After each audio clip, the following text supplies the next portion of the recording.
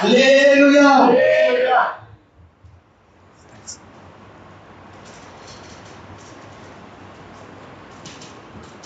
Okay, கர்த்தருக்கு ஸ்தோத்திரம், கர்த்தருக்கு ஸ்தோத்திரம். ரொம்ப பயத்தில் இருக்கீங்க போல. ஓகே, சத்தமா ஒரு அல்லேலூயா சொல்லிடலாமா?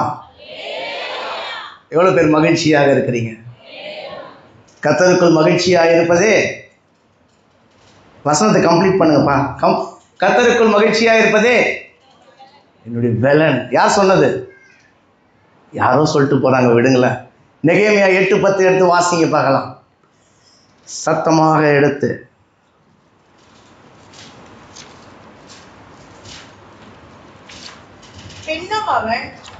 கடைசி 2 லைன் மட்டும் வாசிங்கக்கா, ரொம்ப கஷ்டப்படுவானா. கர்த்தருக்குள் மகிழ்ச்சியா இருப்பதே, கர்த்தருக்குள் மகிழ்ச்சியா இருப்பதே. எவ்வளவு பேருக்கு கர்த்தர் என்னுடைய பலன்னு சொல்றீங்க? இன்னொரு வசனம் வாசிச்சிடலாமா? பலனை பார்த்துட்டோம், அடுத்து இன்னொன்று பார்க்கலாமா? 2 கொரிந்தியர் 12:9 வாசிங்க. அங்க ஒருத்தர் ஒன்று சொல்றாரு பாருங்க.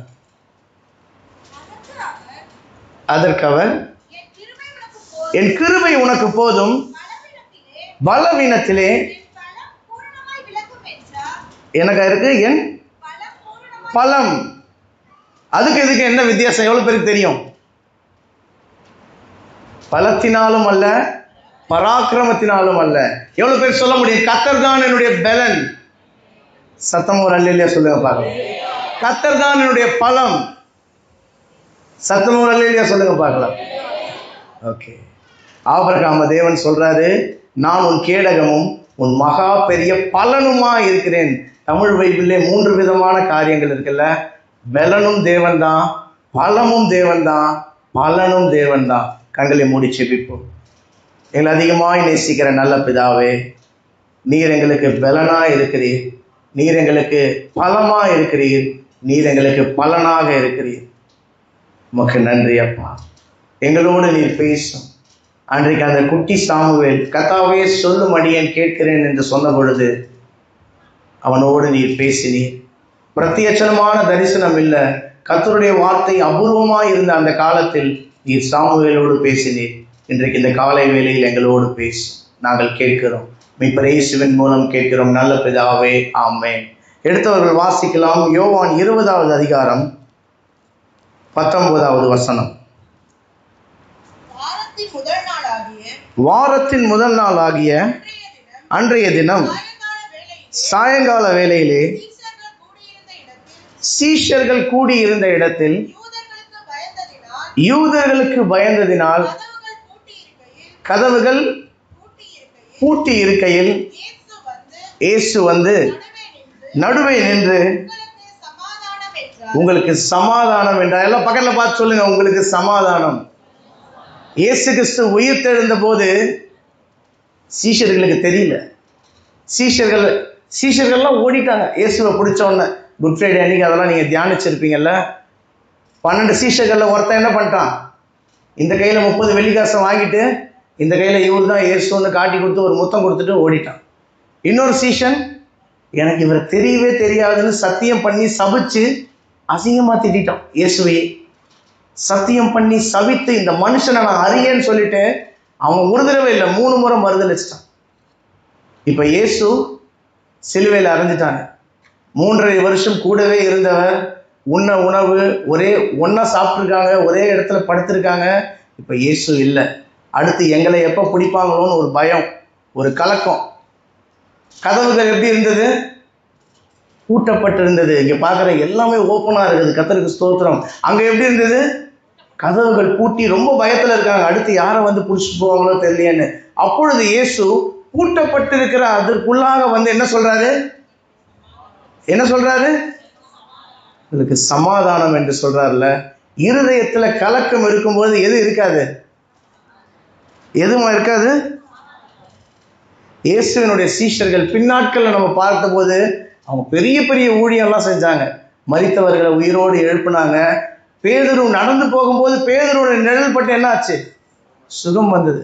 நான் யோசிச்சு பார்க்குறேன், சூரியன் எங்கே உதிக்கும்? Sun rises on the east. சூரியன் இந்த பக்கம் உதிக்கும் போது பேதுரு நடந்து போனார்னா சாரோனுக்கும் லித்தா ஊருக்கும் நடந்து போகும்போது நிழல் எந்த பக்கம் படும்? வெஸ்ட்டில் படும். எல்லாம் அப்படியே கட்டில் வரிசையாக அடுக்கி பிணியாளிகள்லாம் அங்கே படுக்க வச்சுருப்பாங்க. நான் அவளுக்கு கற்பனை பண்ணுறேன். அப்போஸ்தலர் 5:15 தான் வாசிக்கிறோம்ல. எடுக்க வேணாம், குறித்து வச்சுக்கோங்க, வீட்டுக்கு போய் வாசிச்சு பாருங்க. பேதுருவனுடைய நிழலாகிலும் பட வேண்டும் என்று வேண்டிக் கொண்டார்கள். நிழல் பட்ட சிலர் சுகமானார்கள் என்று வேதத்தில் வாசிக்கிறோம்ல. அவ்வளோ பெரிய பாக்கியமான ஒரு ஊழியத்தை செய்தார்கள். இயேசுவோடு கூட இருக்கிறதே என்னதுதான் பெரிய பாக்கியம் இல்ல?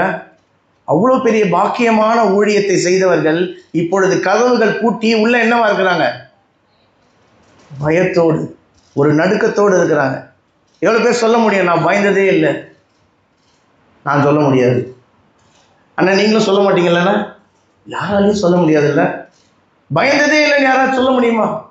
இந்த உலகத்தில் மனிதனாக பிறந்த எல்லாருமே என்னதான் பண்ணுவாங்க? பயப்படுவாங்கல்ல. பயந்து கலங்கி வீடெல்லாம் பூட்டிட்டு பயத்தில் இருக்கும்போது இயேசு நடுவாக தோன்றி உங்களுக்கு சமாதானம் என்று சொன்னார். அந்த சமாதானத்தை அவர்கள் பெற்றுக்கொண்ட பிறகு அதுக்கப்புறம் மத்தியாஸ்னு ஒருத்தர் சீஷராக சேர்ந்தார். அந்த 12 பேர் என்னவானாங்க? இரத்த சாட்சிகளாக மரித்தார்கள்.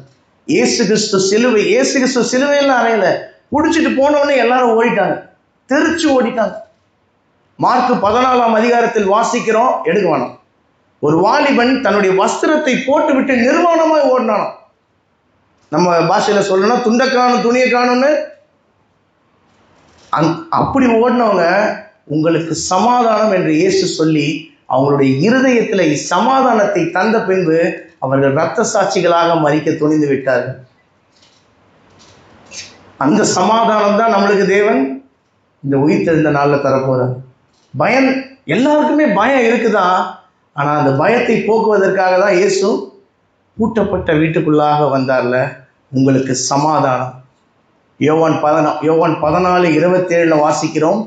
அந்த வசனம் மாத்திரம் வாசிச்சிடலாம? என்னத்தை வச்சுட்டு போயிருக்காரு? சத்தமா சொல்லுங்க பார்க்கலாம். உங்கள் சத்தம் என் காதில் கேட்கட்டுமே. சத்தமா சொல்லுங்க பார்க்கலாம். சமாதானத்தை வைத்து போகிறேன், என்னுடைய சமாதானத்தையே உங்களுக்கு கொடுக்கிறேன். உலகம் கொடுக்கிற பிரகாரம் நான் உங்களுக்கு கொடுக்கிறதில்லை. உங்கள் இருதயம் கலங்காமலும் பயப்படாமலும் இருப்பதாக. பக்கத்தில் பார்த்து சொல்லுங்க, உங்கள் இருதயம் கலங்காமலும் பயப்படாமலும் இருப்பதாக. யோவான் 14:1 அதான் சொல்றாரு, உங்கள் இருதயம் கலங்காமல் இருப்பதாக. தேவனிடத்தில் விசுவாசமாக இருங்கள், என்னிடத்திலும் விசுவாசமாக இருங்க. ஏன்னா நான் எங்கே போகிறேன்? அடுத்த வசனம் சொல்கிறாரு, நான் மேலே போகிறேன். எதுக்கு? உங்களுக்கெல்லாம் ஒரு பில்டிங் கட்ட போகிறேன். பக்கத்தில் பார்த்து சொல்லுங்கள், உங்களுக்கு என்ன பண்ண போகிறார் இயேசு?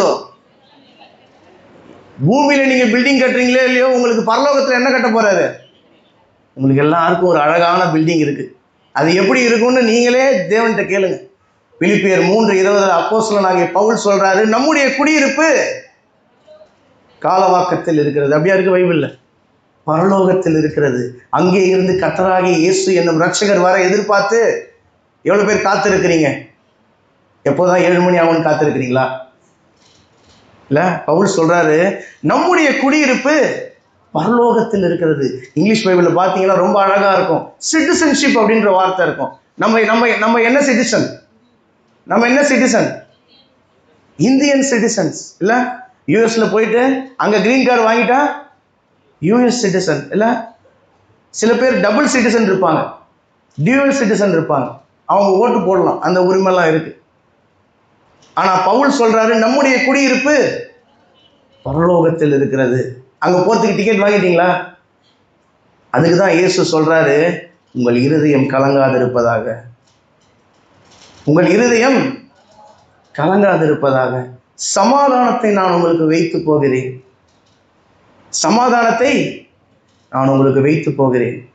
அவருடைய கோலும் அவருடைய தடியும் என்னை தேற்றும் என்று சொன்ன ஒரு மனுஷர் இருந்தான்.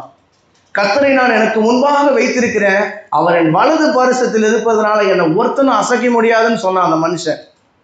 என் முகத்தை தேடுங்கள் என்று சொன்னீரே கர்த்தாவே, உம்முடைய முகத்தையே நான் தேடுவேன்னு சொன்னான் அந்த மனுஷன். சங்கீதம் 27:8 வாசிக்கிறேன். எடுக்க வேணாம் இல்லை, அவர் முகத்தை நோக்கி பார்க்கிறவர்கள் பிரகாசம் அடைவார்கள்னு சொன்னான் அந்த மனுஷன். ஆனா என் ஆத்துமாவே ஏன் கலங்குகிறாய், ஏன் நீ தேங்குகிறாய், கர்த்தருக்கு காத்திரு, எனக்கு ரட்சிப்பானவரை நான் இன்னும் துதிப்பேன் அந்த மனுஷன் சொன்னான். ஆனா அந்த மனுஷனுடைய வாழ்க்கையில ஒரு கலக்கம் வந்து. அந்த மனுஷன் யாரு? தாவீது இல்ல. அவருடைய கோலும் அவருடைய தடியும் என்னை தேற்றுகிறது என்ன சொன்னான். நன்மையும் கிருபையும் வாழ்நாள் எல்லாம் என்னை தொடருகிறது என்று சொன்னான். டிவியில எல்லாம் சீரியல் அரை மணி நேரம் முடியும் போது என்ன போடுவாங்க, கீழே போயிட்டு நாளைக்கு வா, போய் சாப்பிடு போ, நாளைக்கு வா இல்ல. அதுக்கு நடுவில் 3 ஆடு வேற வந்துடும். ஆனா தாவீது சொல்றாரு, நன்மையும் கிருபையும் நம்ம நாய் தான் துரத்துது. அப்படியா? எவ்வளவு பேர் வாழ்க்கையில நன்மை கிருபை தொடருகிறது இல்ல? நைட்டானா கொசு துரத்துது, வெளியே போனா நாய் துரத்துது. அப்படியா? தாவீது சொல்றாரு, நன்மையும் கிருபையும் என்னை தொடருகிறது, அவருடைய கோலும் அப்படி சொன்ன மனுஷன் அழுதுகிட்டே வெறுங்காலில் நடந்து போறார். எடுத்து வாசிங்க 2 Samuel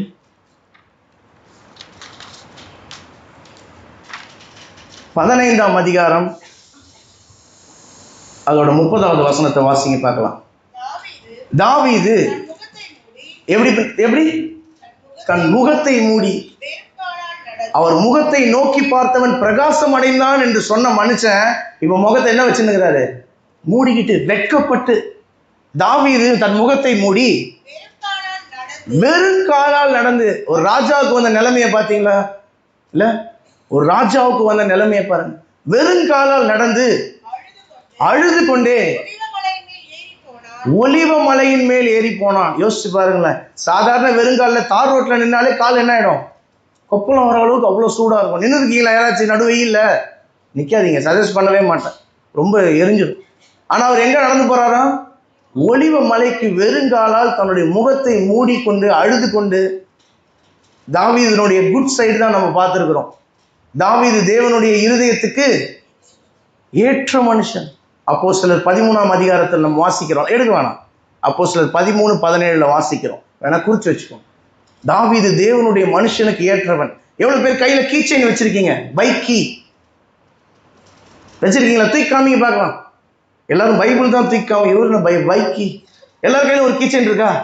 bike car வச்சிருக்கவங்களாம் key chain வச்சிருப்பாங்க. சைக்கிள் என்னுடைய ஒய்ஃப் கூட எடுத்து காமிக்கிறாங்க பாரு. எல்லார் கையில ஒரு கீ செயின் இருக்குல்ல? அந்த மாதிரி தேவன் கையில ஒரு கீ செயின் இருக்கு. எவ்வளவு பேருக்கு தெரியும்? உங்க கீ செயின்ல என்ன போட்டிருக்கு? ஏதோ ஒரு வசனம் போட்டிருக்கோம்ல. அந்த மாதிரி தேவனுடைய கீ செயின்ல யார் பேர் தெரியுமா இருக்கு? தாவீது. அவர் தாவீதின் திறவுகோலை உடையவர். அவர் தாவீதின் அவ்வளவு மேன்மைக்குரியவங்க. தாவீது எந்த காலத்துல வாழ்ந்தான்? பழைய ஏற்பாடா புதிய ஏற்பாடா? யார் சொல்லுவா? புதிய ஏற்பாடா? பழைய ஏற்பாட்டு காலத்தில் வாழ்ந்த மனுஷனுக்கு தேவன் கொடுத்த கனம் என்ன தெரியுமா? புதிய ஏற்பாட்டில் முதல் பெயர் தாவீது தான். நீங்க தமிழ்ல வாசிச்சீங்கன்னா ஆபிரகாம்னு இருக்கும், இங்கிலீஷ்ல வாசிச்சு பாருங்க டேவிட்னு இருக்கும். வெளிப்படுத்தல் 22ஆம் அதிகாரம் 18 கடைசி வசனத்துக்கு முந்தின வசனத்துல பாருங்க, தாவீதின் வேறுமானவர்னு முடியும். புதிய ஏற்பாட்டின் ஆரம்பமும் யாரை கொண்டுதான் ஆரம்பிக்குது? தாவீது. புதிய ஏற்பாட்டின் முடிவும் யாரை கொண்டுதான் முடியுது? தாவீதுக்கு அவ்வளவு ஒரு மேன்மை. தாவீது என்னுடைய இருதயத்துக்கு ஏற்றவன் சொல்றாரு. 1 ராஜாக்கள் 15:5 வாசிக்கிறோம். உசியாவின் மனைவி அந்த வசனம் மட்டும் வாசிக்க பார்க்கலாம். 1 ராஜாக்கள் 15:5. தாவீது சத்தமா வாசிக்க. ஏத்தியனாகிய உரியாவின் சங்கதி ஒன்று தவிர. மைக் இருக்கா? ஃபர்ஸ்ட்ல இருந்து வாசிக்க பார்க்கலாம். தாவீது ஏத்தியனாகிய உரியாவின் சங்கதி ஒன்று தவிர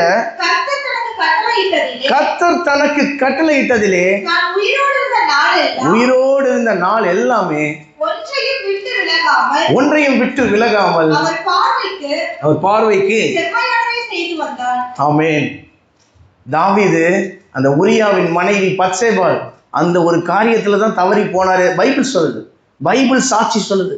அந்த ஒரு காரியத்தை தவிர மற்ற எல்லா காரியத்திலையும் தாவீது தேவனுக்கு பிரியமானவனா நடந்தார்.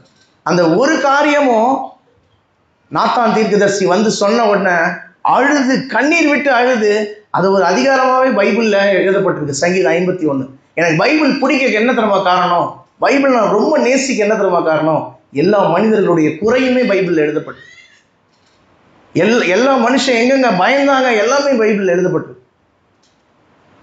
பூட்டப்பட்ட வீட்டிற்குள்ளாக இயேசு வந்து என்ன சொன்னாரு? அதை விட்டுறாதீங்க, அதான் பிடிச்சிக்கணும். உங்களுக்கு சமாதானம். அவர் சமாதானத்தை நமக்காக வைத்து போகிறதால எவ்வளவு பேர் வீட்டுக்குள்ள இயேசு வரணும்னு ஆசை? எவ்வளவு பேர்? அவ்வளவுதான், போதுமா? சத்தம் ஒரு அல்லையில சொல்லுங்க பார்க்கலாம். சும்மா சொல்லி வைப்போம், வீட்டுக்கு போகும்போது வந்து நின்னால் நிற்பாரு. ஆமென். அந்த காலத்துல ஒரு பேர் மறந்துட்டேனே. ஓகே, ஒரு பழைய பாடல், இயேசு வந்த வீட்டில் சந்தோஷம். எவ்வளவு பேருக்கு இந்த பாட்டு தெரியும்? என் கூட சேர்ந்து கை தட்டி பாடலாமா? இயேசு வந்த வீட்டில் சந்தோஷமே, இயேசு வந்த வீட்டில் சந்தோஷமே, இயேசு வந்த வீட்டில் சமாதானமே, சமாதானமே. One more time. இயேசு வந்த வீட்டில் சண்டை இல்லையே, இயேசு வந்த வீட்டில் சினிமா இல்லையே, இயேசு வந்த வீட்டில் சீரியல் இல்லையே, சமாதானம். ஏன் சிரிக்கிறீங்க? சரி, கர்த்தருக்கு ஸ்தோத்திரம். அன்றைக்கு பேதுரு வீட்டுக்கு இயேசு வந்தாரு. பேதுருவோட மாமியோடைய ஜுரம் வெளியே போயிடுச்சு. இயேசு உள்ள வந்தா இயலாமை வெளியே போயிடும், உங்களுடைய குறைகள் வெளியே போயிடும். அன்றைக்கு மார்க் 1 அதிகாரத்துல 20வது வசனத்துக்கு மேல வாசிக்கிறேன், எடுக்க வேணாம். ஜப ஆலயத்துக்குள்ளாக இயேசு வந்தா அவ்வளோ நாளா அங்க உட்காந்துட்டு இருக்கான் விசுவாசியா ஒருத்தன். இயேசு வந்தவன என்ன சொல்லிட்டான்? அசுத்தாவி பிடிச்ச மனுஷன் அவன். அவ்வளோ வருஷமா ஜபாலயத்துக்குள்ள வந்து ஜம்முன்னு உட்காந்துப்பான். பாட்டு பாட சொன்னா பாட்டு பாடுவான், ஜோம் பண்ண சொன்னா ஜோம் பண்ணுவான், ஏஞ்சி போயிடுவான். ஆனால் இயேசு அந்த ஜப ஆலயத்துக்குள்ளாக வந்த பொழுது, தேவனுடைய குமாரனே உமக்கும் எனக்கும் என்ன என்று சத்தமிட்டு சொன்னான். உடனே இயேசு ஒரு அதிர்ஷ்டம் போயிட்டான். இயேசு ஆலயத்துக்குள்ளாக வந்தபோது எது வெளியே போச்சு? எது வெளியே போச்சு? அசுத்தாவி. லூக்கா 13:13 வாசிக்கிறான், எடுக்க வேணாம். 18 வருஷ கூனி ஜபாலயத்துக்குள்ள இயேசு வந்தார். என்ன ஆயிடுச்சு? அந்த கூனி நிமிர்த்தப்பட்டார். இயேசு ஒரு இடத்துக்கு வந்தாலே அங்க என்னதான் நடக்கும்? சுகம் நடக்கும், பலவீனம் மாறி போகும். ரோமர் 4:17 வாசிக்கிறோம், அவர் இல்லாதவைகளை இருக்கிறவைகளை போல அழைக்கிற தேவன். நம்ம இருக்கிறதே என்ன சொல்றோம்? தேவா பசங்களை பார்த்து, ஏ நாயே இங்க வா, இல்ல நாயே ஜானி ஜானி ஜானி ஜானி நாயை கூப்பிடுவோம். ஆனா பெத்த பையன இல்ல. நம்மளுடைய வாயின் வார்த்தை எப்படி இருக்கு யோசிச்சு பாருங்களேன். நீதிமொழிகள் 18:21 ஞானி சொல்றாரு, மரணமும் ஜீவனும் நாவின் அதிகாரத்தில் இருக்கிறது. உன்னுடைய வாயின் வார்த்தையினாலே நீ தீர்க்கப்பட்டாய் இயேசு சொல்றாரு. யாருக்கிட்ட? அந்த ஒரு தாளந்து வாங்கினவங்க கிட்ட. We have to be more careful. நம்முடைய வாயின் வார்த்தை, நம்மளுடைய சாய்ஸ் ஆஃப் வேர்ட்ஸ், நம்ம என்ன வார்த்தை யூஸ் பண்றோம், யாரை பார்த்து என்ன வார்த்தை பேசணும். இல்ல இயேசு சீஷர்களை பார்த்து என்ன சொன்னாரு? ஏன்னா படுபாவி பசங்களா விட்டு போயிட்டீங்களேடா, அப்படியே சொன்னாரு. பக்கத்துல 2 பக்கத்துலயும் 2 திருடனுங்களை மாட்டினாங்க, நீங்க 2 பேர் வந்து தொங்கிருக்கலாம்ல என் கூட, அப்படியே சொன்னாரு. உங்களுக்கு சமாதானம், உங்களுக்கு சமாதானம். அதுக்கப்புறம் அந்த சீஷர்களை அசைக்கவே முடியல. அதுக்கப்புறம் அந்த சீஷர்களை அசைக்கவே முடியல. எவ்வளவு பேர் வீட்டுக்கு இயேசு வரணும்னு ஆசையா இருக்கு? சத்தமா ஒரு அல்லேலூயா சொல்லுங்க. சும்மா சொல்லி வைங்க, யாருக்கு தெரியும், வந்தாலும் வருவார். மோசே காணாதவரை தரிசிப்பதை போல உறுதியா இருந்து ராஜாவுக்கு பயப்படாமல் புறப்பட்டு போனான்னு எபிரேயர் 11 அதிகாரம் விசுவாசத்தின் அதிகாரத்துல வாசிக்கிறோம்ல. அந்த அதிகாரம் ஃபுல்லா விசுவாச வீரர்கள் தான். காணாதவரை தரிசிப்பதை போல உறுதியா இருந்தா யாத்திராகமம் 33:11 முகமுகமாய் பேசினான்னு வாசிக்கிறோம் இல்ல. யாருக்கு தெரியும்? நீங்க உறுதியா இருந்து பாருங்க, தேவன் என்ன பண்ணுவாரு? உண்மையிலே உங்க வீட்டுக்கு வருவார். உண்மையிலே ஒருத்தவங்க வீட்டுக்கு வந்தாங்க, அதை குறித்து நம்ம தியானிக்கலாமா? லூக்கா 10ஆம் அதிகாரம் எடுக்கல. யார் வீட்டுக்கு வந்தாங்க யாருக்கு தெரியும்? நான் கொஞ்சம் கிஃப்ட் எடுத்துட்டு வந்திருக்கேன். யாருக்குமே தெரியலையா யார் வீட்டுக்கு வந்தாங்க? இயேசு. லூக்கா 10ஆம் அதிகாரம் கூட சொல்லிட்டேனே. சகையுவா? சகையு 19ஆம் அதிகாரம். லாசரு யோவான் 11ஆம் அதிகாரம். சரி, எடுத்து வாசிங்க. லூக்கா 10ஆம் அதிகாரம் 38வது வசனத்திலிருந்து வாசிங்க பார்க்கலாம். பின்பு பிரயாணமாய் போகையில் ஒரு கிராமத்தில் பிரவேசித்தார். அங்கே மார்த்தாள் என்னும் பெயர் கொண்ட ஒரு ஸ்திரீ தன் வீட்டிலே ஏற்றுக்கொண்டார். கவனிக்கிறீங்களா? மார்த்தாள் இயேசுவை தன்னுடைய வீட்டில் ஏற்றுக்கொண்டார். காரணம், இயேசு மார்த்தாள் மேலும் மரியாள் மேலும் சகோதரனாகிய லாசர் மேலும் ரொம்ப அன்பா இருந்தார். யோவான் 11:3 டெலிபரேட்டா வேதமே சொல்லுது. யோவான் 11:3 வாசிக்கிறோம், இயேசு மார்த்தாள் மேல, இயேசு மரியாள் மேல, லாசருவின் மேல அன்பா இருந்தார். அவங்க வீட்டுக்கு போறாங்க. வீட்டுக்கு போனோன்னு என்ன ஆயிடுச்சு? அப்புறம் வாசிங்கம்மா. ஆமா, மரியாள் எங்கே உட்கார்ந்தால்? இயேசுவின் பாதத்தருகே உட்கார்ந்து வசனத்தை கேட்டுக் கொண்டிருந்தாள். அப்புறம் மார்த்தாளோ பற்பல வேலைகளை செய்வதில் மிகவும் வருத்தம் அடைந்து அவரிடத்தில் வந்து, ஆண்டவரே, நான் தனியே வேலை செய்யும்படி என் சகோதரி என்னை விட்டு வந்திருக்கிறதை குறித்து பத்தியா, இவங்க தான் கவலைப்படுறாங்க. இப்ப ஆண்டவர் உங்களுக்கு கவலை இல்லையான்னு ஆண்டவரை கேட்கிறாங்க. நம்மளும் சில நேரத்தில் அப்படிதான் கேட்கிறோம்ல. நான் ஏன் துக்கித்து திரிய வேண்டும்னு தாவீது கேட்டார். நான் ஏன் துக்கித்து திரிய வேண்டும்? இங்க மரியாள் கேட்கிறாங்க, உங்களுக்கு கவலை இல்லையா? நான் கவலைப்படுறேனே, உங்களுக்கு கவலை இல்லையா? நான் மட்டும் வேலை செய்யறேனே, உங்களுக்கு கவலை இல்லையா? உங்களுக்கு கண் இல்லையா? தேவனே, உங்களுக்கு காது இல்லையா? வேதம் சொல்லுகிறது, கண்ணை உண்டாக்கினவர் காணாரும், காதை உண்டாக்கினவர்.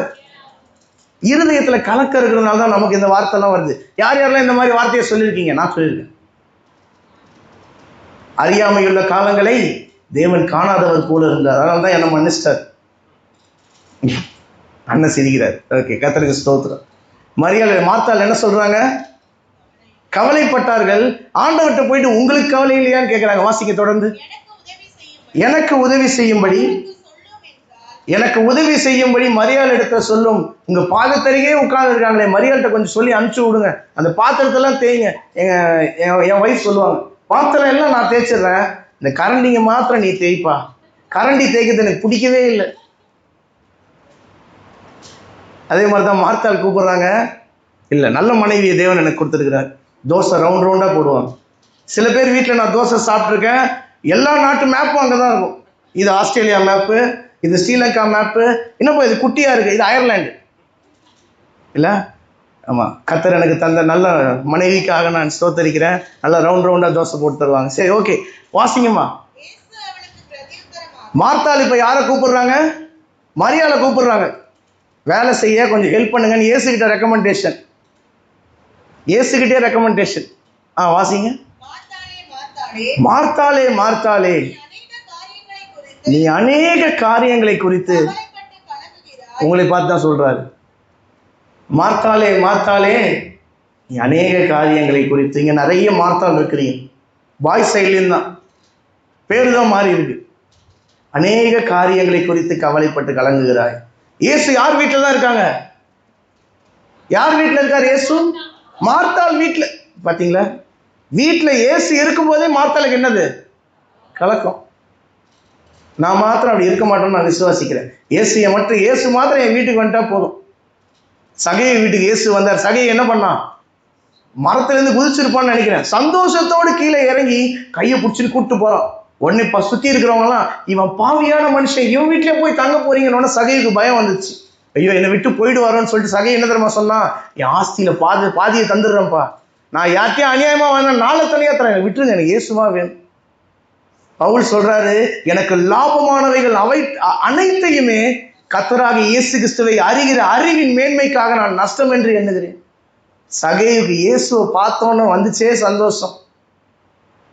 கூட்டு போறோம், எல்லாத்தையும் நான் கொடுத்துட்றேன், என்னை விட்டுருங்க, எனக்கு இயேசு மாத்திரம் போதும். இயேசு சொல்றாரு, இவனும் ஆபிரகாமுக்கு குமாரனா இருக்கிறானே. இன்றைக்கு இந்த வீட்டுக்கு ரட்சிப்பு வந்தது. ஆனா மார்த்தாளை பாருங்களேன், இயேசுவை வீட்டில் வச்சுக்கிட்டே கவலை கண்ணீர். கவலையா கண்ணீரா. எவ்வளவு பேர் இந்த பாட்டு தெரியும்? சண்டே கிளாஸ் பாட்டு. அதை அனைத்தையும் மறந்து வீடு, தெரியுமா? நான் ரொம்ப பெரிய செட்டோ, எனக்கு தான் இந்த பாட்டெல்லாம் சொல்லி கொடுத்தோம். உங்களுக்கு தெரியுமாம்மா? ஐயோ, என் ஒய்ஃபு கூட தெரியலையே.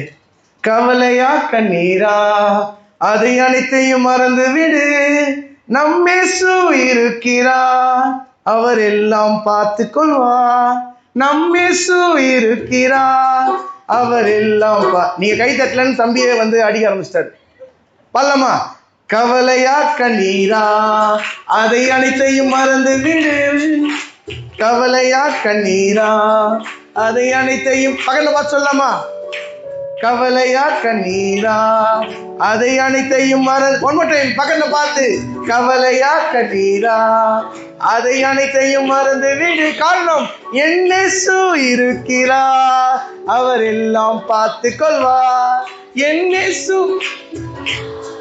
அவர் எல்லாம். அல்லேலூயா. பைபிள் சொல்லுது, அவர் உங்களை விசாரிக்கிறவரானபடியால் கவலைகளை எல்லாம் என் மேல் வைத்து விடுங்கள். என் டெய்லியில கூட அந்த வசனம் தான் இருக்கு. 1 கொரிந்தியர் 1 பேதுரு 5:7. வாசிக்க வேணாம், வாசிக்க டயர்டாயிடுவீங்க அப்புறம் இல்ல. கவலையெல்லாம் எங்க வைக்கணும்? இயேசுவின் மேல வைக்கணும்னு வேதம் சொல்லுது. ஆனா நம்ம வைக்கிறோமா? தலையிலேயே தூக்கின்னு வரோம். காணிக்கையை கூட காணிக்கை பெட்டியில போட்டுருவோம். ஆனா கவலையை மாத்திரம் வேலையே வச்சுக்கிறோம். இயேசு சொல்றாரு, கொஞ்சம் என் மேல வச்சுட்டு போப்பா, நீ ஃப்ரீயா போ. எந்த தரமாட்டேன். நம்ம அப்படிதான் இருக்கிறோம். சங்கீதம் 55:22 சொல்லுது, கர்த்தர் மேல் உன் பாரத்தை வச்சுட்டு போன்னு சொல்றாரு. நம்ம வைக்கிறோமா? கூடைய தலையில வச்சுட்டு போற மாதிரி, கூடைய தலையில வச்சுட்டு போற அக்கா கூட வீட்டுக்கு போகும்போது என்னதான் பண்ணுவாங்க? பூவெல்லாம் காலி பண்ணிட்டு தான் போவாங்க. சங்கீதம் 127 கடைசி வசனத்துல வாசிக்கிறோம், அள்ளித்தூவும் விதையை சுமந்து கொண்டு போகிறவன் அழுது கொண்டு போகிறான், ஆனாலும் தான் அறுத்த அரிகளை சுமந்து கொண்டு கம்பீர போகும்போது அழுதுட்டு போறான், ஆனா வரும்போது ஆனா நம்ம போகும்போதும் கவலையை தூக்கிட்டே போறோம், வரும்போதும் கவலையை தூக்கிட்டே போறோம். சிஸ்டர் ரொம்ப கவலை சிஸ்டர், ஜோம் பண்ணிக்கோங்க சிஸ்டர். பிரதர் ரொம்ப கவலையா இருக்கு பிரதர், நீங்க பாட்டு பாடும்போது நான் எவ்வளவு உருகுனேன் தெரியுமா? உருகி இயேசு மேல வச்சுட்டியா? இல்ல, மறுபடியும் மேலே தான் வச்சு. அவர் சொல்றாரு, வருத்தப்பட்டு பாரம் சுமக்கிறவர்களே, மத்தேயு 11:28 சொல்றாரு, நீங்கள் எல்லாரும் என்னிடத்தில் வாருங்கள், நான் உனக்கு இளைப்பாறுதல் தருகிறேன். என் மேல் உன் கவலைகளை எல்லாம் வைத்து விடுங்கள்னு சொல்றார். கர்த்தர் மேல் உன் பாரத்தை வைத்து விடுன்னு சொல்றார். நம்ம வைக்கிறோமா? வைக்கிறோமா? என்னோடது 1000 தான் இருந்தாலும் நான் தரமாட்டேன். நான் உன் கவலையெல்லாம் மாத்திரம்ப்பா, அதுக்காக தான்ப்பா நான் சிலுவையில் அறையப்பட்டேன். பூட்டப்பட்ட வீட்டுக்குள்ளாக வந்து உங்களுக்கு சமாதானம் என்று சொன்னது அதற்காக தான்ப்பா. என்கிட்ட கொடுத்துருப்பா உன் கவலையை. கொடுக்குறோமா? நம்ம வசனம் சொல்லுது அழகா, வச்சுட்டு போகணும். இனி எவ்வளவு பேர் வச்சுட்டு போறீங்கன்னு நான் பார்க்கறேன். மார்த்தாள் கதைக்கு வருவோமா? மார்த்தாள் இயேசு கிட்ட சொல்றாங்க, ஒரே கவலை மார்த்தாளுக்கு. ஆனா மார்த்தாளை நான் விட்டு கொடுக்க மாட்டேன். மார்த்தாளுக்கு இயேசுவனுடைய வருகை வரைக்கும் எல்லாமே தெரிஞ்சிருந்தது. மரியாள் என்னமோ இயேசு நிறைய நிறைய நிறைய செய்தியாளர்கள் நான் பார்த்துருக்கேன், மரியாதை பிரைஸ் பண்ணி பேசிட்டு மார்த்தாளை போட்டு அடிப்பாங்க. மார்த்தாள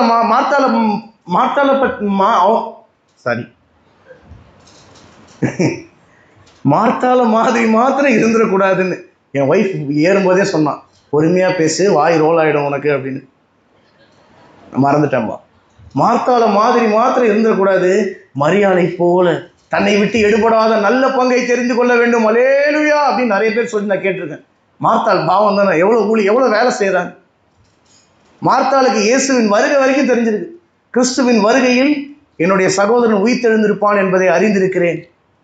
யோவான் 11ஆம் அதிகாரத்தில் சொல்றான், 11:35 எக்ஸாக்டா எடுக்க வேணாம் இல்ல. ஆனா யோபுவனுடைய மனைவியை இன்னும் போட்டு அடிப்பாங்க. யோபுவனுடைய மனைவி தேவனை தூஷித்து ஜீவனை விடுன்னு சொல்லிட்டாங்க, அதனால யோபுவின் மனைவியை போட்டு எல்லாம் திட்டுவாங்க. ஆனா யோபு அவ்வளோ கஷ்ட காலத்திலேயே யோபுவின் மனைவி கூடவே தான் இருந்து அதுக்கப்புறம் மறுபடியும் 10 பசங்க பெற்றுக்கிட்டாங்க இல்ல. அதெல்லாம் யாரும் பார்க்க மாட்டாங்க. தேவனை தூஷித்து ஜீவனை விடும்னு ஒரு வார்த்தை சொன்னோன்னே யோபுவின் மனைவியை பார்த்துறீங்க. யோபு மனைவி போல மட்டும் இருக்கவே கூடாது இல்ல. வேதத்தை நாம் முழுசா வாசிக்கணும். இயேசு வீட்டில தான் இருக்காங்க, வீட்டில் வசனத்தை போதித்து கொண்டு இருக்கிறாங்க. மரியாள் பாதத்தருகே உட்கார்ந்து எல்லாவற்றையும் கேட்டுக்கொண்டு இருக்கிறாங்க. ஆனா மார்த்தாள் கவலைப்பட்டு கலங்குறாங்க. இன்னைக்கு இயேசு நம்ம வீட்டுக்கு வந்தா நம்ம கவலையோடு இருப்போமா, சந்தோஷத்தோடு இருப்போமா, சமாதானத்தோடு இருப்போமா? இயேசு கிறிஸ்து உயிர் தெழுந்ததற்கான முக்கியமான காரணம் என்னது? சமாதானம். இயேசு கிறிஸ்து சிலுவையில் அறையப்பட்டது எதற்காக? தம்முடைய ரத்தத்தை சிந்தியது எதற்காக? கொலோசியர் 1:20 வாசிக்கணும். கொலோசியர் அப்போஸ்தலனாகிய அவர் சிலுவையில் சிந்தின ரத்தத்தினாலே எதை உண்டாக்கினாரு? சமாதானத்தை உண்டாக்கி. சத்தமா அல்லேலூயா சொல்லுங்க பார்க்கலாம். இயேசு கிறிஸ்து சிலுவையில் தம்முடைய ரத்தத்தை சிந்தியது கண்டிப்பா நம்முடைய பாவங்களை மன்னிக்க, நம்முடைய மீறுதல்களை மன்னிக்க. ஆனால் அவர் முக்கியமாக எதற்கு சிலுவையில் ரத்தத்தை சிந்தினார்? நமக்கு சமாதானத்தை தரது. உலகத்துல எவ்வளவு பணம் இருந்தாலும் எல்லாத்தையும் விலை கொடுத்து வாங்கிடலாம். எதை வாங்க முடியாது? ஒரு பீஸ் ஆஃப் மைண்டை வாங்கவே முடியாது. ரீசெண்டாக பேப்பரில் படித்தேன், ஒரு கர்ப்பிணி பெண் வீட்டில் ஏதோ சண்டை, புள்ளத்தாச்சு வீட்டில் ஏதோ சண்டை, ஒரு கிளாஸை எடுத்து அதை மிக்சியில் போட்டு அரைச்சிருக்காங்க. அது எப்படி அரைச்சது எனக்கும் தெரில. தூள் தூளாக ஆனோன்னா அதை பாலில் கலந்து குடிச்சு செத்துட்டாங்க, வயிற்றில் இருந்த குழந்தையும். பேப்பரில் படித்தது. காரணம் பீஸ் ஆஃப் மைண்ட் இல்லையா? இன்னைக்கு சின்ன சின்ன பசங்கள்லாம் பார்த்தா ஒரே ஸ்ட்ரெஸ்ஸாக இருக்குது. ஸ்ட்ரெஸ்ஸுலாம் எனக்கு என்னன்னே தெரியாது. அவன் வயசில் இருக்கும்போதெல்லாம், அந்த வயசில் இருக்கும்போதெல்லாம் எனக்கு ஸ்ட்ரெஸ்ஸுனா என்னன்னே தெரியாது. இப்போ கேட்டால் ஒரே ஸ்ட்ரெஸ்ஸாக இருக்கு, முடியல, என்னால் வாழவே பிடிக்கல. டேய், நீ இன்னும் வாழவே ஆரம்பிக்கலடா. இல்லை பிரதர், வாழவே பிடிக்கல. இல்லை சமாதானம். நிறைய பேருக்கு சமாதானம் இல்லை. கடையில் போயிட்டு எல்லாமே வாங்கிடலாம், எதை வாங்க முடியாது? சத்தமாக சொல்லுங்க பார்க்கலாம். அந்த சமாதானத்தை தான் இயேசு தருகிறார். யோவான் 14:27 மறுபடியும் வாசிக்க வேணாம். சமாதானத்தை உங்களுக்கு, அந்த வசனத்தை மாத்திரம் மறுபடியும் வாசிக்க பார்க்கலாம். சத்தமா வாசிங்க. மைக் இருந்தால் மைக்கில் எடுத்து வாசிங்க பார்க்கலாம்.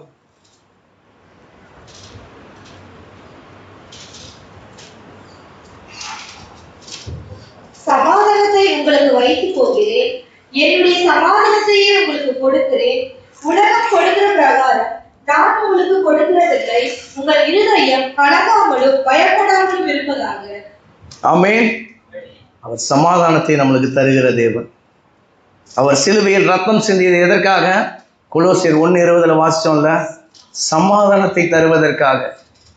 700 வருஷங்களுக்கு முன்பாக வாழ்ந்த ஏசாயா தீர்க்கதரிசி இயேசு சிலுவையில் அறையப்பட போகிறதை முன்னாடியே சொல்லிட்டார்.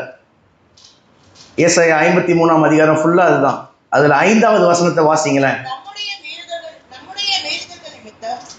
வேகமா வாசிங்க. அப்படி எதை உண்டு பண்ணும் ஆக்கினை? நமக்கு சமாதானத்தை உண்டு பண்ணும் ஆக்கினை இயேசுவின் மேல விழுந்தது. இயேசு உயிரோடு வாழ்ந்த காலம் ஃபுல்லா நீங்க பைபிள்ல 4 காஸ்பல்லையும், மத்தேயு, மார்க்கு, லூக்கா, யோவான் 4த்துலயும் வாசிங்களேன். பிதா பிதான்னு தான் கூப்பிடுவார். என்னன்னு கூப்பிடுவாரு? அப்பா அப்பான்னு தான் கூப்பிடுவார். இங்கிலீஷ்ல பார்த்தா ஃபாதர்ன்னு தான் இருக்கும். பழைய ஏற்பாட்டில் வேற யாரும் அப்படி கூப்பிட்டதில்லை. தாவீது தான் கொஞ்சம் நெருக்கமா போய் கூப்பிட்டாரு. என் கண்மலையே, என் கோட்டையே, என் துருகமே, என் கேடகமே. இல்ல, தாவீது எதெல்லாம் பெருசா பாக்குறாரோ, இது பெருசா இருக்கா, அப்ப இதோட என் தேவன் தான் பெருசு, என் கண்மலை, என் கோட்டை. தாவீது தான் கொஞ்சம் க்ளோஸா கூப்பிட்டாரு. அதுக்கப்புறம் புதிய ஏற்பாட்டில் வந்தா இயேசு தான் பிதான் தான் கூப்பிட்டாரு. தேவன்லாம் கூடவே இல்லை. ஒரே ஒரு முறை தேவன் கூப்பிட்டாரு. எப்ப தெரியுமா? சிலுவையில் தன்னுடைய 4வது வார்த்தை. தேவன் தம்முடைய முகத்தை இயேசுக்கு மறைச்சிட்டார். 3 மணி நேரம் அந்தகாரப்பட்டது. சூரியன் தன்னுடைய வெளிச்சத்தை கொடுக்கவில்லை. என் தேவனே, என் தேவனே. இயேசு சிலுவையில் எவ்வளவு வார்த்தை சொன்னாரு? அதுல எவ்வளவு வார்த்தை பைபிள்ல இருக்கு? என்ன விதர் கேட்குறீங்க? 7மே தான் இருக்கு. இயேசு எந்த மொழியில சொன்னாரு?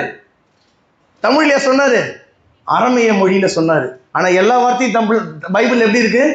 தமிழ்ல தான் இருக்கு. 4வது வார்த்தையை மாத்திரம் எடுத்து பாருங்களேன். ஏலி ஏலி லாமா, எலோயி எலோயி லாமா. மார்க்ல எலோயின்னு இருக்கும், மத்தேயுல ஏலின்னு இருக்கும். மார்க்ல அரமேய பாஷை, மத்தேயுல எபிரேய பாஷை. ஏன் இந்த வார்த்தைக்கு மட்டும் ஒரு ஸ்பெஷல் இம்பார்ட்டன்ஸ்? எல்லா வார்த்தையும் அரமேய மொழியில தான் சொல்லியிருப்பாரு. அப்ப எல்லா வார்த்தையும் அரமேயில போட்டு அது அர்த்தம் சொல்லியிருக்கலாம்ல. தலித்தாகுமி அப்படின்னா சிறு பெண்ணே எழுந்திரு. இல்ல, எல்லா வார்த்தையும் சொல்லியிருக்கலாம்ல, இந்த வார்த்தைக்கு மாத்திரம் ஏன் முக்கியத்துவம்? அங்கதான் ஃபர்ஸ்ட் டைம் தேவனேன்னு கூப்பிடுறாரு. அது வரைக்கும் பிதாவேன்னு கூப்பிட்டுட்டு இருந்தார். முதல் வார்த்தையில என்ன சொல்றாரு? பிதாவே இவர்களை மன்னியும். கடைசி வார்த்தையில என்ன சொல்றாரு? பிதாவே உங்களுடைய கைகளில். பிதாதான் எப்பவுமே அவர். ஆனா அந்த இடத்துல மாத்திரம் தேவனேன்னு கூப்பிடுறார். ஏன் என்னை கைவிட்டேன்? இமை பொழுது நான் உன்னை கைவிட்டேன். ஏசாயா 54:7 வாசிக்கிறோம்ல, எடுக்கணும். டைம் ஓடிக்கிட்டே இருக்கு. எனக்கு சமாதானம் போகுது. கர்த்தருக்கு ஸ்தோத்திரம். இல்ல, நமக்கு சமாதானத்தை உண்டு பண்ணும் ஆக்கினை அவர் மேல் வந்தது. அவர் நம்மளுக்கு சமாதானத்தை வைத்து விட்டு போயிருக்கிறார்.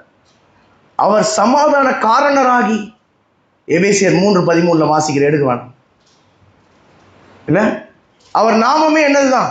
கிறிஸ்துமஸ்ல கேரல் போகும்போது சொல்லுவோமே, சமாதான பிரபு.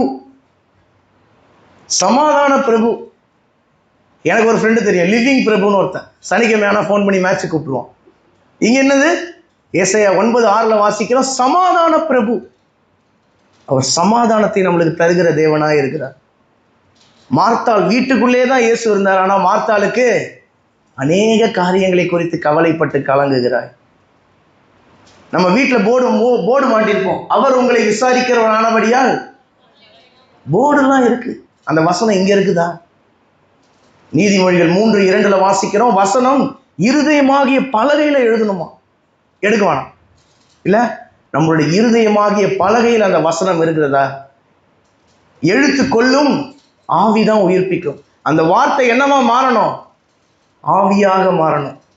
இந்த பைபிள்ல வெறும் எழுத்தாவே பார்த்துக்கிட்டு இருந்தோம்னா இது என்ன ஆயிடும்? ஒரு நாள் நம்மை கொன்னுடும். 2 கொரிந்தியர் 3:6 வாசிக்கிறோம், எழுத்து கொள்ளுகிறது, ஆவி உயிர்ப்பிக்கிறது. எடுக்க வேணாம், நீங்க நோட் பண்ணிக்கோங்க. வீட்டில் போயிட்டு பொறுமையா உட்காந்து தியானிச்சு பாருங்க. இல்ல, இந்த வார்த்தையை நாம் எப்படி பார்க்கிறோம்? பிதாவின் சித்தத்தை செய்வதே என்னுடைய போஜனமா இருக்கிறதுன்னு இயேசு சொன்னார்ல. யோபு சொல்றாரு, எனக்கு வேண்டிய ஆகாரத்தை பார்க்கிலும் உம்முடைய வாயின் வார்த்தைகளை நான் அதிகமாக காத்து கொண்டேன். ஏன் இந்த வார்த்தையை தூக்கி காமிக்கிறேன்னு தெரியுமா? இந்த பைபிள் தான் நமக்கு சமாதானம். எவ்வளவு பேர் ஆமென் சொல்ல முடியும்? சங்கீதம் 119, 165 இந்த வசனம் மாத்திரம் வாசிக்க பார்க்கலாம். சங்கீதம் 119, 165.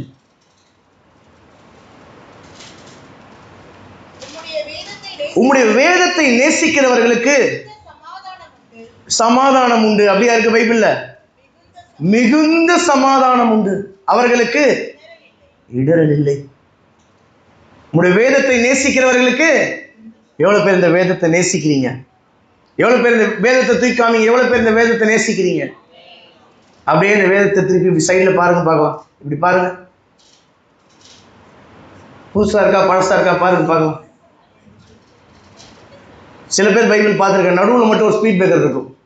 என்னடா ஸ்பீட் பிரேக்கர் இது பெருசா இருக்கேன்னு பார்த்தா அது என்னது? சங்கீதம். கரெக்டா சொல்லிட்டாங்க பாருங்க. என்னடா அங்க மட்டும் இப்படி பெருசா இருக்குது, பார்த்தா சங்கீதம். சரி, ஆதாம் ஏவாளை பத்தி வாசிக்கலான்னு பார்த்தா ஆதியாகமம் 12ஆம் அதிகாரத்தில் தான் பைபிளே ஸ்டார்ட் ஆகும். எங்கடா ஆதாம் ஏவாள்? அவங்களாம் வேணாம் பிரதர், தேவனே வெறுத்து தள்ளிட்டார், எனக்கு எதுக்கு?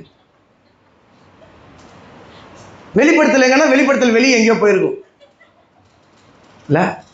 ஒனேசிமையை பத்தி வாசிக்கலாமா? பிலமோன் எடுன்னு பார்த்தா பிலமோனே என் பைபிள்ல இல்லைன்னு சொல்லுவான். பார்த்தா தீத்துக்கும் எபிரேயருக்கும் நடுவில் பிலமோன் ஒட்டிட்டு இருக்கும். இது வரைக்கும் அவன் படிச்சிருக்கவே மாட்டான். நம்ம அப்படி இருக்கிறோமா? இல்ல இந்த வேதத்தை நேசிக்கிறோமா? நிறைய பேர் பைபிள்ல நடுவில் ஸ்பீட் பிரேக்கர் இருக்கும். சில பேரோட பைபிள்ல ஃப்ரண்ட்ல ஸ்பீட் பிரேக்கர் இருக்கும், முன்னாடியே ஒரு ஸ்பீட் பிரேக்கர். என்னன்னு பார்த்தா வருஷ தொடக்கத்துல வருஷம் தீர்மானம் எடுப்பாங்க, இன்னைக்கு நான் அந்த வேதத்தை வாசிப்பேன். ஆதியாகமத்திலேயே உட்கார்ந்து இருப்பாங்க. ஈசாக்கு தன் மனைவியாகிய ரெபெக்காளோடு விளையாடுவதை ஜன்னல் வழியாக அபிமெலேக்கு பார்த்தா. நீ அங்கேயே பார்த்துனுக்கிற, அடுத்த வருஷம் தாண்டி போய இல்ல. ஆதியாகமத்திலேயே காலம் ஃபுல்லா ஓட்டிடுவாங்க. நம்ம அப்படி இருக்கிறோமா? நமக்கு சமாதானத்தை கொடுக்க தான் தேவன் இந்த உலகத்துக்கு வந்தார். நம்முடைய ஒரே பேரான குமாரனை விசுவாசிக்கிறவன் எவனோ அவன் கெட்டு போகாமல் நித்திய ஜீவனை அடையும்படி அவரை தந்தருளி. எவ்வளவாய் எவ்வளவாய், அந்த இவ்வளவாய் எவ்வளவாய்ன்னு தெரியவே தெரியாது. இவ்வளவாய் அந்த இவ்வளவாய் எவ்வளவாயின்னு அவருடைய அன்பின் அகலமும் ஆழமும் நீளமும் உயரமும் இன்னதென்று அறிவிக்கட்டாத அந்த அன்பை அறிந்து கொள்ள வல்லவர்களாகணும்னா ஆவியானவர் தான் நமக்கு சொல்லி தரணும்னு சொல்றார் அப்போஸ்தலனாகிய பவுல். அந்த அன்பு எப்பேற்பட்ட அன்புன்னு தெரியாது. அனாதி சிநேகத்தினால் நான் உன்னை சிநேகித்தேன். எரேமியா 33:3 வாசிக்கணும்ல. 31:3 33:3 வாசிங்க பார்க்கலாம். 33:3 அப்ப 31:3 சாரி. பூர்வ காலம் முதல் எனக்கு தரிசனையானார் என்பாய். ஆம், அனாதி சிநேகத்தால் உன்னை சிநேகித்தேன். ஆதலால் காருண்யத்தினால் உன்னை இழுத்துக் கொள்கிறேன். அனாதி சிநேகத்தினால உங்களை சிநேகிக்கிறார். எபேசு சபையை பார்த்து ஆவியானவர் சொல்றாரு, நீ ஆதியிலிருந்த கொண்டிருந்த அன்பை விட்டு விட்டாய் என்று உன் பேரில் எனக்கு குறை உண்டு. நீ வாழ்க்கைப்பட்டிருந்த போது என்னோடு சிநேகமா இருந்தே, அந்த சிநேகம் எங்கன்னு எரேமியா 2:3 கேட்கிறார். வனாந்திரத்தில் நீ போகும்போது நான் உன்னை நயங்காட்டி அழைத்தேனே, பயில் காட்டி அழைத்தேனே. பைபிள் இப்படிலாம் இருக்கு. பயில் காட்டினா விசில் அடிச்சுன்னு அர்த்தம். உடனே ஏதோ அரசியல் எதுன்னு நினைச்சிடாதீங்க. பைபிளில் போட்டு விசில் அடிச்சு நான் உன்னை கூப்பிட்டேனே, பயில் காட்டி உன்னை அழைத்தேனே, உன்னை நயங்காட்டி உன்னை அழைத்தேனே. அந்த சிநேகம் எங்க இல்ல? கிறிஸ்தவன் ஆகும்போது கிறிஸ்துவோடு இருந்த உறவு இப்பொழுது நமக்கு இருக்கிறதா? உங்களுக்கு சமாதானம் என்று இயேசு சொல்லுகிறார். உங்களுக்கு சமாதானம் என்று இயேசு சொல்லுகிறார். உங்களுடைய வாழ்க்கையில சமாதானத்தை கொடுக்க தான் அவர் மரித்தார்ல. அந்த சமாதானம் இல்லைன்னா நம்மளுடைய இருதயம் கலக்கமாக இருக்கிறதுன்னு அந்த அர்த்தம். சமாதானம் இல்லைன்னா நம்மளுடைய இருதயம் குழம்பி இருக்கிறதுன்னு அர்த்தம். ஏதோ ஒரு காரியத்தை மைண்டில் போட்டு அவர் சொல்லிட்டாரு, என் மேலே பாரத்தை வச்சிருப்பா, நான் உன்னை பார்த்துக்கிறேன், நீ உண்மையிலே வச்சு பாருங்க. அதுதான் விசுவாசம். விசுவாசம்னா என்ன பண்றது? நிறைய பேர் கேட்பாங்க என்கிட்ட, எப்படி விசுவாசிக்கிறது? நான் ஜெபம் பண்றேன், நடக்க மாட்டேங்குது, விசுவாசமா இருப்பா. அதான் எப்படி விசுவாசமா இருக்கிறது? இதுதான் விசுவாசம். Piece of mind. சந்தேகப்படுகிறவன் காற்றினால் அடிபட்டு அலைகிற கடலின் அலைக்கு ஒப்பா இருக்கிறான். யாக்கோபு 1:7 வாசிக்கிறோம்ல. நாம் சந்தேகப்பட்டு தேவனை கேட்கிறோமா, இல்லை ஒரு சமாதானத்தோடு தேவனை அணுகிறோம்? அவர் நமக்கு சமாதானத்தை வைத்து போய்கிறார். ஒரே ஒரு சம்பவத்தை மாத்திரம் நான் சொல்லி முடிக்கிறேன். லூக்கா 10ஆம் அதிகாரத்தில் ஒரு மனுஷன் எருசலேமிலிருந்து எரிகோவுக்கு புறப்பட்டு போனான். நிறைய பேருக்கு இந்த சம்பவம் தெரிஞ்சிருக்கும்னு நினைக்கிறேன். எருசலேமிலிருந்து எரிகோவுக்கு புறப்பட்டு போகிற போது திருடன் கையில மாட்டிக்கிட்டான். கள்ளர் கையில் அகப்பட்டு அவனை குற்றுயிரா விட்டாங்க. சாவ போற நிலைமையில அவனை அடிச்சு போட்டு அவங்ககிட்ட இருக்கிற எல்லாத்தையும் திருடிட்டு போயிட்டாங்க. ஃபர்ஸ்ட் ஒரு ஆசாரியன் வரான், அடுத்து ஒரு ஆயக்காரன் வரான், யாருமே அவனை கண்டுக்கல. மூன்றாவதாக வந்தது யாரு? சமாரியன். அந்த நல்ல சமாரியன் தான் இயேசு கிறிஸ்து. உங்கள் மேல் எண்ணெய் பூசி காயத்தை ஆற்றி தன்னுடைய சுய வாகனத்தின் மேல் ஏற்றி நித்தியத்துக்கு கூட்டு போறார். உங்க வாழ்க்கையில சமாதானத்தை தரதான் விரும்புறார். எசேக்கியேல் 18:9 வாசிக்கிறோம், வாசிக்க வேணாம். ரத்தத்தில் கிடந்த உன்னை, உயிருக்கு போராடி ரத்தத்தில் மிதந்து இருக்கிற உன்னை பிழைத்திரு என்று சொன்னேன்னு சொல்றார்ல. அவருடைய கண்கள் நம்மை பார்க்கிறது. அன்றைக்கு மேகத்தூண்லேருந்து எட்டி பார்த்தாராம். யாத்திராகமம் 13 அதிகாரம் அப்புறம் வாசிச்சு பாருங்க. மேகத்தூண்லேருந்து எட்டி பார்த்தாராம். எகிப்தினுடைய இராணுவ சேனையெல்லாம் கலங்கி போயிடுச்சுன்னு வேதத்துல வாசிக்கிறது. அவருடைய பார்வைக்கு அப்படி ஒரு வல்லமை இருக்குது. பாடுறோம்ல, உங்க பார்வை என் மேல் பட்டால் போதுமே, எங்க வாழ்க்கை தான் முற்றும் மாறுமே. பாட்டுலாம் நல்லா பாடுறோம் இல்ல? மார்த்தாள் வீட்டுக்குள்ளாகவே இயேசு இருந்தாரு, ஆனாலும் கவலை. இன்னைக்கு இயேசு கவலைப்படாத, உங்கள் இருதயம் கலங்காது இருப்பதாக உங்களுக்கு சமாதானம் என்று சொல்லுகிறார். ஏன்னா அவர் நல்ல சமாரி. சுய வாகனத்தின் மேல உங்களை ஏற்றிக்கொண்டு எண்ணெய் பூசி காயமாற்றி உங்களை பரலோகத்துக்கு நித்தியத்துக்கு அழைத்து கொண்டு போகிற தேவனாக இருக்கிறார். எல்லாம் அப்படி இருக்கிற இடத்துல ஒரு நிமிஷம் எழுந்து நிற்கலாம்.